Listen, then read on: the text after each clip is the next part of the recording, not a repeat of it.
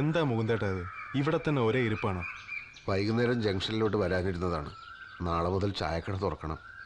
2-3 ദിവസമായിട്ട് മുകുന്ദന്റെ കാര്യം തന്നെ ഞങ്ങൾ ആലോചിച്ചത്. ചില്ലറ ഭാരമാണോ തലയിലെടുത്ത് വെച്ചത്? 20 ലക്ഷത്തിന്റെ ബാധ്യതയല്ലേ? എത്ര കാലം പരിപ്പോടെയും ചായയും വിറ്റാലാ 20 ലക്ഷത്തിന്റെ കടം വീട്ടാൻ പറ്റുക? അത് പ്രായോഗികമാണോ? എനിക്ക് വേറൊരു പണി അറിയില്ലല്ലോ. അല്ലേ പിന്നെ കിളക്കാനോ തെങ്ങ് കയറാനോ പോകണം. തെങ്ങ് കയറിയാൽ നല്ല തഴമ്പുണ്ടാവുന്നല്ലാതെ ഇത്രയും പണം എങ്ങനെ ഉണ്ടാക്കാനാ? എല്ലാ വശങ്ങളും ഞങ്ങൾ ആലോചിച്ചു മുകുന്ദ. ജില്ലാ കമ്മിറ്റിക്കും മുകുന്ദന്റെ കാര്യത്തിൽ ആശങ്കയുണ്ട്. മുകുന്ദന് കടം കയറി നിക്കക്കളി ഇല്ലാതായാൽ പാർട്ടിക്കല്ലേ അതിന് ക്ഷീണം. അതുകൊണ്ട് എല്ലാവരും ചേർന്ന് ഒരു തീരുമാനത്തിലെത്തിയിരിക്കുക. എന്ത് തീരുമാനം?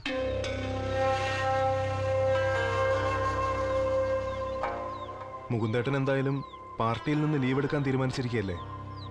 ആ സമയം എന്ന് വെച്ചാ 2-3 കൊല്ലം ദുബായ് പോയി ജോലി ചെയ്തൂടെ? ഐസ് മിഠായി വിറ്റ് നടന്നിരുന്ന കുമാരൻ, കൂലിപ്പണിക്കാരൻ വാസു, ആശാരി ബാലൻ, അങ്ങനെ എത്ര പേരാ ഗൾഫിൽ പോയി ലക്ഷപ്രഭുക്കളായത്? എന്നെ ഒരു ലക്ഷപ്രഭുവാക്കാനാണോ പാർട്ടിയുടെ തീരുമാനം? ലക്ഷങ്ങളുടെ കടം വന്നാൽ അത് വീട്ടാൻ ലക്ഷങ്ങൾ തന്നെ വേണ്ടേ? മറ്റാരെങ്കിലും സഹായിക്കാമെന്ന് വെച്ചാൽ അത് മുകുന്ദന് സമ്മതമല്ല. എന്തായാലും ചായക്കട നടത്തി ഈ കടം വീട്ടാമെന്ന് സ്വപ്നത്തിൽ പോലും ചിന്തിക്കേണ്ട. ദുബായ് എന്ന് പറയുമ്പോ ഞാൻ വേണേ ക്യൂബയിലോ ചൈനയിലോ പോകാം. ക്യൂബയും ചൈനയും കമ്മ്യൂണിസ്റ്റ് രാജ്യങ്ങളൊക്കെ തന്നെ. പക്ഷെ ഒരു വിദേശിക്ക് ജോലി കൊടുക്കാനുള്ള വകുപ്പൊന്നും അവിടെ ഇല്ല. അഥവാ ജോലി കിട്ടിയാൽ തന്നെ നല്ല ശമ്പളം കൊടുക്കാനുള്ള സാമ്പത്തിക ശേഷി ക്യൂബയ്ക്കില്ല. ആര് പറഞ്ഞു? Fidel Castro. മൂപ്പര് നിരന്തരമായി അമേരിക്കയുമായി സംഘർഷത്തിലായതുകൊണ്ട് അവിടെ സ്ഥിതിയൊക്കെ അല്പം മോശം. നല്ലതുപോലെ ചിന്തിച്ചിട്ടാ മുകുന്ദേട്ടാ ഞങ്ങൾ പറയുന്നത്. കരുണേട്ടൻ അനുദ്രവൻ സിദ്ധാർത്ഥൻ ദുബായിലുണ്ട്. അവൻ മുഖേന ഒരു വിസ സംഘടിപ്പിക്കാൻ ഒരു പ്രയാസവും. ജില്ലാ കമ്മിറ്റി പറയുന്നത് മുകുന്ദനെ പോലെയുള്ള ഒരു നേതാവിന്റെ ആവശ്യം ഇപ്പൊ ദുബായിലുണ്ടെന്ന. ആയിരക്കണക്കിന് മലയാളികൾ ജോലി ചെയ്യുന്ന സ്ഥലമല്ലേ. അവർക്ക് പ്രശ്നങ്ങളുണ്ട്. അവർ സംഘടിതരല്ല. മുകുന്ദന് അവർക്കിടയിൽ കാര്യക്ഷമമായി പ്രവർത്തിക്കാൻ കഴിയുമെന്നാണ് ജില്ലാ കമ്മിറ്റിയുടെ വിലയിരുത്തൽ. പ്രവാസികൾക്ക് വോട്ടവകാശം ലഭ്യമാക്കാനുള്ള ചർച്ചകൾ നടക്കുകയാണല്ലോ. അതുകൊണ്ട് എത്രയും വേഗം നമ്മുടെ വഴിയിലേക്ക് അവരെ കൊണ്ടുവരേണ്ടതും അത്യാവശ്യമാണ്. മുകുന്ദനൊന്നും അറിയണ്ട, എല്ലാം ഞങ്ങൾ നോക്കിക്കോളാം. ദുബായിക്ക് പോകാൻ മാനസികമായി തയ്യാറെടുക്കുക. അത്രേ മുകുന്ദൻ ചെയ്യേണ്ടതുള്ളൂ.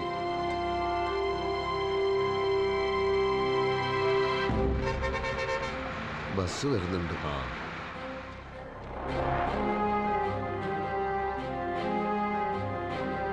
വിഷമിക്കണ്ട, ഇതൊരു സ്ഥലം മാറ്റായിട്ട് കരുതിയാൽ മതി. മാറാത്തതൊന്നേ ഉള്ളൂ മാറ്റം എന്ന് മാർസ് പറഞ്ഞിട്ടുണ്ടല്ലോ. കടബാധ്യത തീർക്കാനാണെങ്കിലും അവിടുത്തെ തൊഴിലാളികൾക്കിടയിൽ പ്രവർത്തിക്കാനാണല്ലോ ഞാൻ പോകുന്നത്.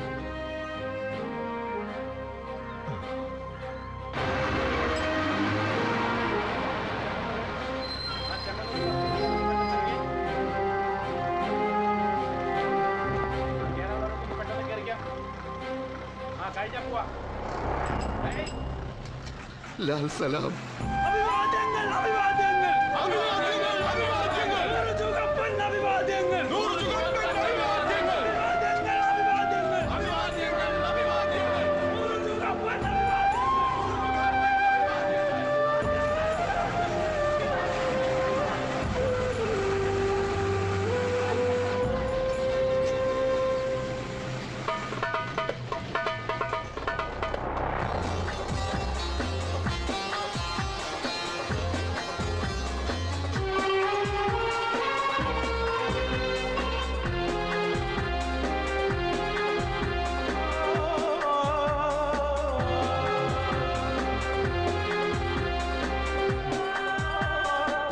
മുകുന്ദേട്ടൻ ആദ്യമായിട്ടില്ലേ ദുബായിലേക്ക് വരുന്നത്?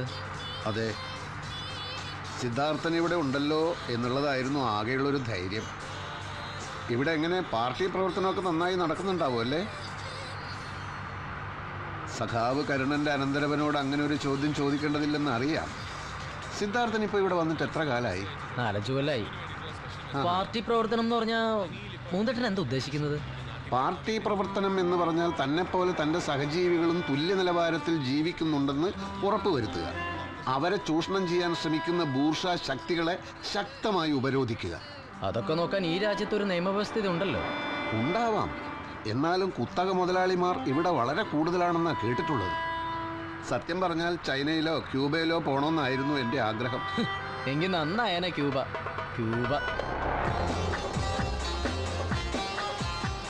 എൻ്റെ മുകുന്ദേട്ടാ, ഈ ടണല് കണ്ടോ?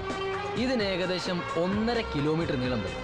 ഇങ്ങനൊരു ടണല് മുകുന്ദേട്ടൻ പറഞ്ഞ ക്യൂബയിലുണ്ട്. ആകാശം മുട്ട ഉയർന്നു നിൽക്കുന്ന കെട്ടിടങ്ങൾ കണ്ടോ? ഇതുപോലെ ഒരു കെട്ടിടത്തിന് അത്രം വരുമോ മൊത്തം ക്യൂബ? സിദ്ധാർത്ഥ, നമ്മളായിട്ട് ക്യൂബയെ കൊച്ചാക്കി സംസാരിക്കരുത്. പിന്നൊരു കാര്യം, ഒരു രാജ്യത്തിന്റെ വളർച്ച നിശ്ചയിക്കുന്നത് അവിടുത്തെ വലിയ കെട്ടിടങ്ങളാണെന്ന് ഫിഡൽ കാസ്ട്രോ എവിടെയും പറഞ്ഞിട്ടില്ല. ഓഹോ, ഇങ്ങനെയാണല്ലേ ക്യൂബ മുകുന്ദൻ എന്നുള്ള പേര് വീണത്. അപ്പോ പാർട്ടി പ്രവർത്തനത്തിന് വന്നതാണോ അതോ അച്ഛൻ വരുത്തി വെച്ച കടം വീട്ടാൻ വന്നതാണോ? രണ്ടും ഉദ്ദേശിക്കുന്നുണ്ട്. തൊഴിലാളികളുടെ പ്രശ്നങ്ങൾ പഠിച്ച് അപ്പപ്പോ പാർട്ടി സെക്രട്ടേറിയറ്റിൽ റിപ്പോർട്ട് ചെയ്യണം.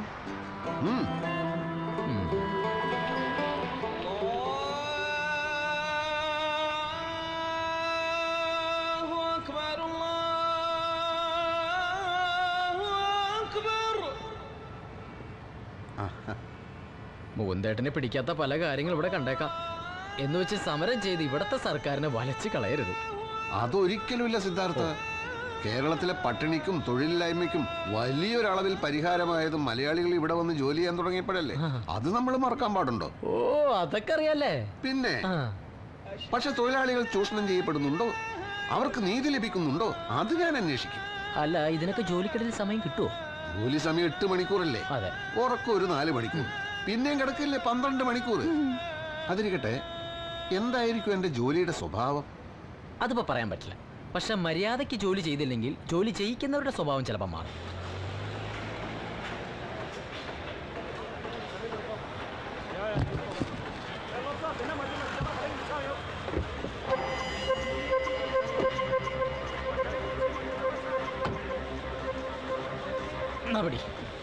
അയ്യോ, ഇതെന്തിനാ ഇങ്ങോട്ടെടുത്തത്? റൂമിൽ വെച്ചാ പോരായിരുന്നോ? കൂടെ കൊണ്ട് നടക്കുന്നത് എപ്പോഴും സൗകര്യം. മാത്രമല്ല, തൊഴിലാളികളുടെ പ്രശ്നങ്ങൾ നേരിട്ട് കണ്ട് പഠിച്ച് റിപ്പോർട്ട് തയ്യാറാക്കാനുള്ള പെന്നും പേപ്പറും ഫയലൊക്കെ ഇതിനകത്തല്ലേ. जल्दी करो। अस्सलाम वालेकुम। वालेकुम अस्सलाम।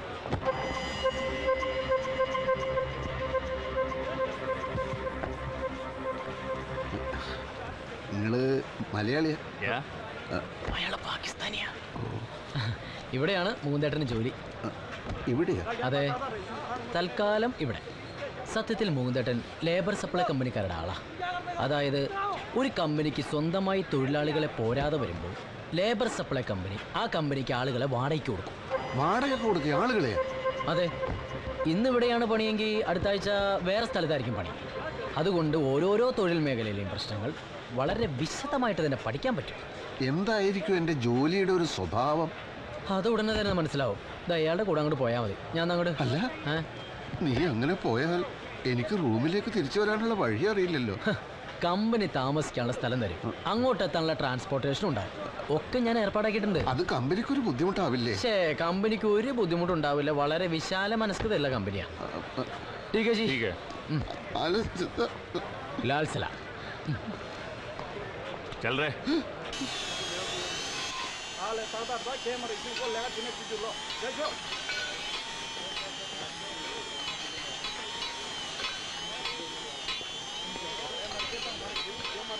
पहन के आओ, पहन के आओ।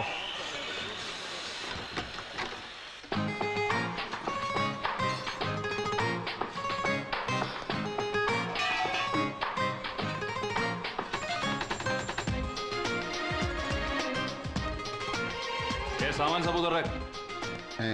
अरे उधर रख। ബാഗ് അവിടെ വെക്കാനാ പറഞ്ഞത്.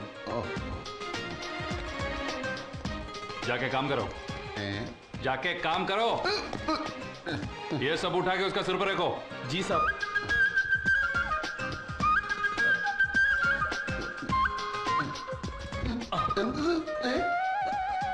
പുറകോട്ട് പുറകോട്ട് പുറകോട്ട് കടന്നോ.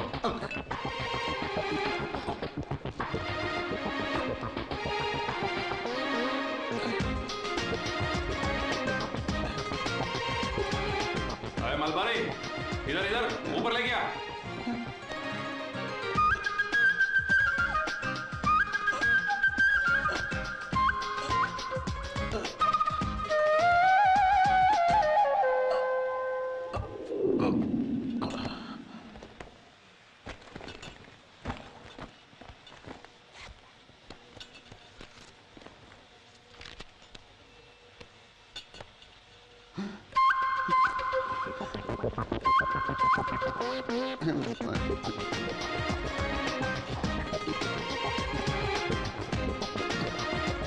വെച്ചോളി.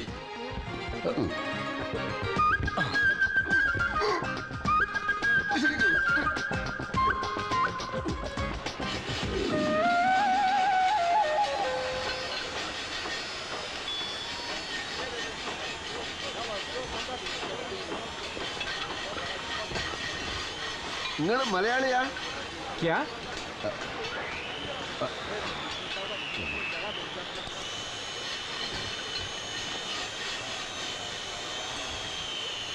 നിങ്ങൾ മലയാളിയാ? അതെ. എന്നതാ പ്രശ്നം? പേര്? അരവിന്ദൻ. നാട്ടിലെവിടെയാ സ്ഥലം? ചെങ്ങന്നൂര്. എന്നാത്തിനാ? എത്ര കാലമായി ഈ കമ്പനിയിൽ? 4-5 കൊല്ലമായി. തനിക്ക് എന്നാ വേണം? അല്ല, ഇവിടുത്തെ തൊഴിൽ സാഹചര്യങ്ങളിൽ താങ്കൾ തൃപ്തനാണോ? അല്ലെങ്കിൽ അല്ലെങ്കിൽ എന്തുകൊണ്ട് തൃപ്തനല്ല എന്ന് പറയണം. പറഞ്ഞ പരിഹാരം ഉണ്ടാക്കാം. ആര്? നിങ്ങളോ? നിങ്ങൾക്ക് എല്ലാ വിവരവും അറിയണമെങ്കിൽ ഇതാ അവിടെ ചോദിച്ചാൽ മതി.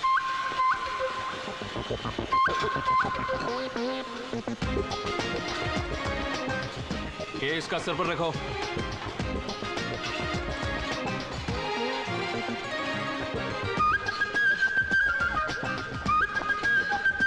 जाओ. काम चोर साला.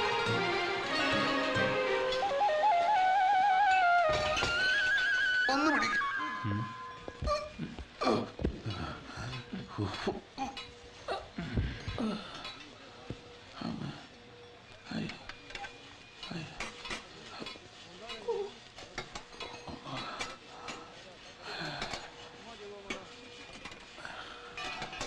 ഇനി അരമണിക്കൂറും കൂടി കഴിഞ്ഞാൽ ഇന്നത്തെ പണി കഴിയല്ലേ?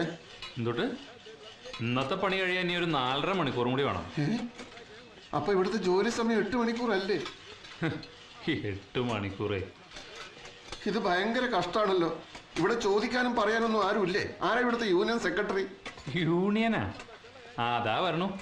യൂണിയൻ സെക്രട്ടറിയും പ്രസിഡന്റും ഖജാൻജിയും ഒക്കെ ആ ഗടിയാ. അങ്ങേരോട് പറഞ്ഞാൽ മതി.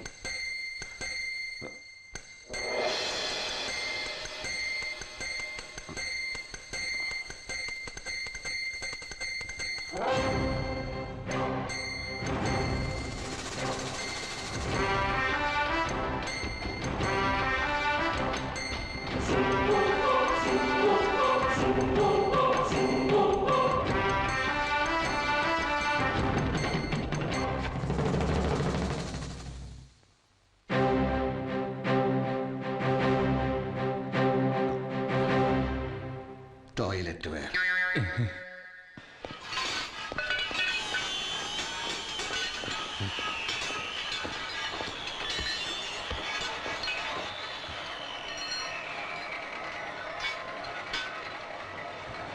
ഇൻക്ലാബ് സിന്ദാബാദ്! ഇൻക്ലാബ് സിന്ദാബാദ്!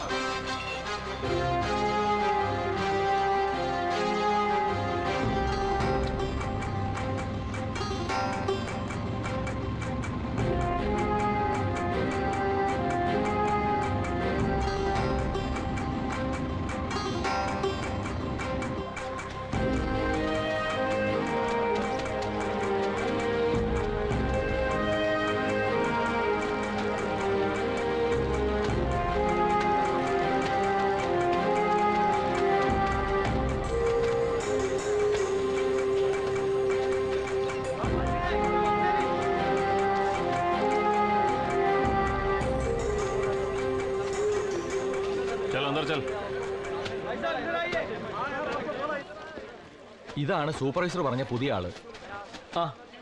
നാട്ടിന്ന് കേറിയപ്പോഴേ യൂണിഫോം എടുത്തിട്ടൂലേ? ഏതാ എന്റെ മുറി? മുറിയാ?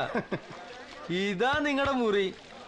ഇന്നു മുതൽ ഈ 6 അടി കട്ടിലിന്റെ ജന്മി നിങ്ങളാ. അല്ല, ഫാക്ടറി ജോലിക്കിടയിൽ എന്തൊക്കെ അന്വേഷിക്കുന്നുണ്ടായിരുന്നല്ലോ. എന്തായിരുന്നു അത്? അത് തൊഴിലാളികളുടെ മുഖം നോക്കി അവരുടെ സ്വഭാവം മനസ്സിലാക്കുക. ഇത് മനസ്സിലാക്കിയോ? മനസ്സിലാക്കി. ഇവിടുത്തെ തൊഴിലാളികൾ കൂടുതലും പിന്തിരിപ്പം മൂരാച്ചുകളാണെന്ന് മനസ്സിലാക്കി.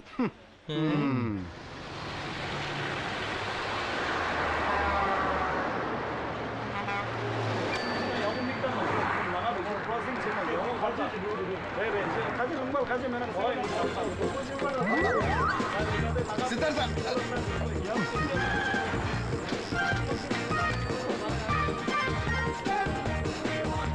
സിദ്ധാർത്ഥ സിദ്ധാർത്ഥ സിദ്ധാർത്ഥ മുകുന്ദേട്ടൻ ഞാൻ എത്ര പ്രാവശ്യം വിളിച്ചു? ആണോ? അയ്യോ, ഈ ബഹളത്തിനിടയ്ക്ക് കേൾക്കണ്ടേ. പിന്നെ എങ്ങനെയുണ്ട് മുകുന്ദേട്ട ജോലിയൊക്കെ? നല്ല സുഖമല്ലേ? നല്ല സുഖാണ്. ആ, ഒരു പ്രത്യേകതരം സുഖം. ജനിച്ചിട്ട് ഇത്രയും കാലമായിട്ടും കിട്ടാത്തൊരു സുഖം. അപ്പൊ കൂടെ പറിക്കുന്നവർക്കും ഇതുപോലെ സുഖമല്ലേ? അവർ ഈ സുഖം കുറെ നാളായിട്ട് അനുഭവിക്കുന്നത് കൊണ്ട് അവർക്ക് എന്റെ അത്ര സുഖമുള്ളതായി തോന്നിയില്ല. അല്ല, അങ്ങനെ വല്ലതും ഉണ്ടെങ്കിൽ നോട്ട് ചെയ്ത് വെച്ചോളൂ. പാർട്ടി സെക്രട്ടേറിയറ്റിൽ റിപ്പോർട്ട് കൊടുക്കണ്ടല്ലേ? അത് ഞാൻ അപ്പപ്പോ നോട്ട് ചെയ്യുന്നുണ്ട്. ആ, 12 മണിക്കൂർ തുടർച്ചയായി ചുമടെടുക്കുന്നതിലോ, വാതിലില്ലാത്ത കുളിമുറിയിൽ കുളിക്കുന്നതിലോ, ഉപ്പില്ലാത്ത കുബൂസ് തിന്നുന്നതിലോ ഒന്നിനും ഒരു വിരോധമില്ല. പിന്നെ എന്താ പ്രശ്നം? പക്ഷേ ഇച്ചിരി കാറ്റും ഇച്ചിരി വെളിച്ചമുള്ള സ്ഥലത്തായിരുന്നു പണിയെങ്കിൽ കുറച്ചുകൂടെ നന്നായിരുന്നു. എന്തിനാ ഇച്ചിരി കാറ്റും ഇച്ചിരി വെളിച്ചമാക്കണേ?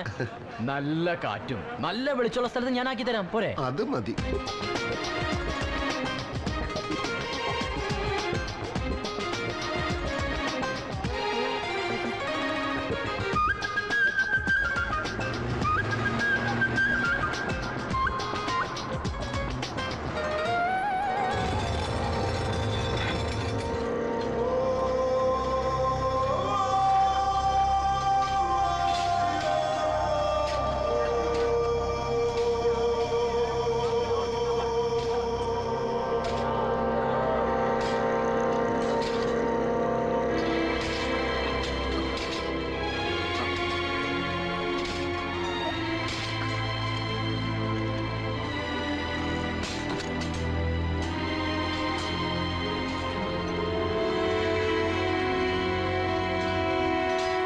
ദോഷം പറയരുതല്ലോ. നല്ല കാറ്റും വെളിച്ചോ.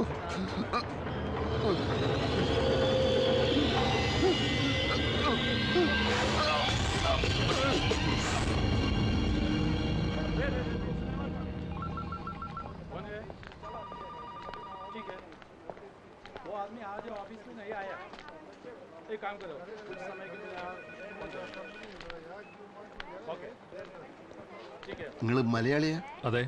ആ, എനിക്ക് നിങ്ങളുടെ മുതലാളി ഒന്ന് കാണണം.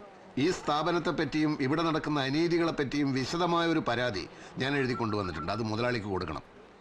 നിങ്ങളാരാണ്? അങ്ങനെ പ്രത്യേകിച്ച് ആരുമല്ല. തൊഴിലാളികളുടെ പ്രശ്നങ്ങൾ മനസ്സിലാക്കുകയും അത് പരിഹരിക്കാൻ ശ്രമിക്കുകയും ചെയ്യുന്ന ഒരാൾ എന്ന് വേണേ പറയാം. MD ഒരു മീറ്റിംഗിലാ. ഞാൻ വെയിറ്റ് ചെയ്യാം. നിങ്ങളിതൊന്ന് കൊടുക്കൂ.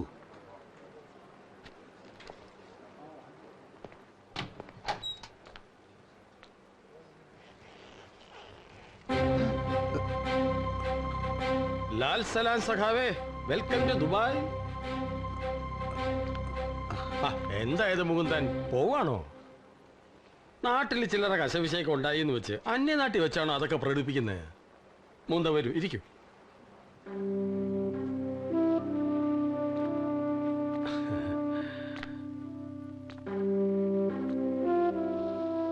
ഇരിക്കൂ. പിന്നെ എന്തൊക്കെയുണ്ട് വിശേഷങ്ങൾ? നാട്ടിലെ കമ്പനികളൊക്കെ പൂട്ടിച്ച ശേഷമാണ് ഇങ്ങോട്ട് കയറി പോകുന്നത്. റിലാക്സ്, ഞാനൊരു തമാശ പറഞ്ഞല്ലേ. അപ്പൊ എന്താ കുടിക്കാൻ വേണ്ടത്? ചായയോ കോഫിയോ ജ്യൂസോ? 1 minute. Miss Merlin, get me A juice. ഞാൻ തന്ന പരാതി കണ്ടോ? കണ്ടു, വായിച്ചു. ഇവിടെയും സജീവമാണല്ലോ രാഷ്ട്രീയ പ്രവർത്തനം. പരാതിയാണെങ്കിലും മലയാളം കണ്ടപ്പോൾ ഞാൻ നാടിനെ ഓർത്തുപോയി. കുഴപ്പങ്ങളെല്ലാം കണ്ടുപിടിച്ച് വിശദമായി എഴുതിയിട്ടുണ്ടല്ലോ. ഒരു യൂണിയൻ നേതാവുമായി തൊഴിൽ തർക്കങ്ങളിൽ ഏർപ്പെട്ടുകൊണ്ടേയിരിക്കുക എന്നത് എന്നെ സംബന്ധിച്ച് പറഞ്ഞാൽ വളരെ നൊസ്റ്റാൾജിക്കാനുള്ള അനുഭവമാണ്. നാട്ടിൽ നിന്ന് പോകുന്ന ശേഷം I really miss it. Give to him. Yes please. കഴിക്കേ. 100 കണക്കിന് തൊഴിലാളികളുള്ള സ്ഥാപനമല്ലേ.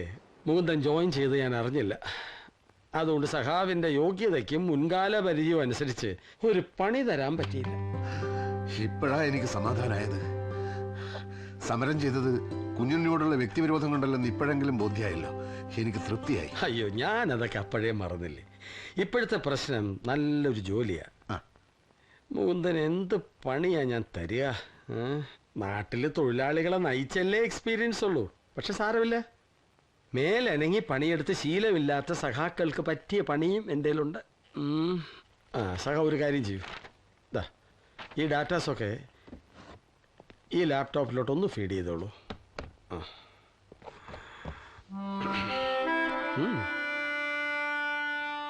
പണിയില്ലാപ്പട പെരുകും നാടിന് മോചനമില്ലെന്നറിയുക നാം പണിയെത്തിക്കൂ കൈകളിലെല്ലാം എന്നിട്ടാകാം കമ്പ്യൂട്ടർ കമ്പ്യൂട്ടർ തൊലയട്ടെ. പാർട്ടി പഴയ തീരുമാനങ്ങളിൽ നിന്ന് അല്പസ്വല്പം മാറിയെങ്കിലും വ്യക്തിപരമായി ഞാൻ കമ്പ്യൂട്ടറിനെതിരാണ്. അല്ലാതെ അറിയാഞ്ഞിട്ടല്ല അല്ലേ? അത് പോട്ടെ. ഇതുവരെയുള്ള കഥ എന്താണെന്ന് വെച്ചാൽ സഖാവ് ക്യൂബ മുകുന്ദൻ കാശുണ്ടാക്കാൻ ദുബായിലേക്ക് വണ്ടി കയറി. മേലനങ്ങി പണിയെടുക്കാൻ അറിയില്ല, ഭാഷ അറിയില്ല, കമ്പ്യൂട്ടർ പോലും അറിയില്ല. ഇതൊക്കെ അറിയാവുന്നവർ തന്നെ ഇവിടെ കിടന്ന് കഷ്ടപ്പെടുക. പിന്നെ ആകെക്കൂടി അറിയാവുന്ന പണി സമരം ചെയ്യലാണ്. അതിവിടെ പറ്റുകയുമില്ല. ഒന്നിനും കൊള്ളാത്തവനെന്ന് സ്വയം ബോധ്യമായ സ്ഥിതിക്ക് ആ ജ്യൂസ് എവിടെ വെക്ക്. ഇറങ്ങി പോടാ ഇവിടുന്ന്.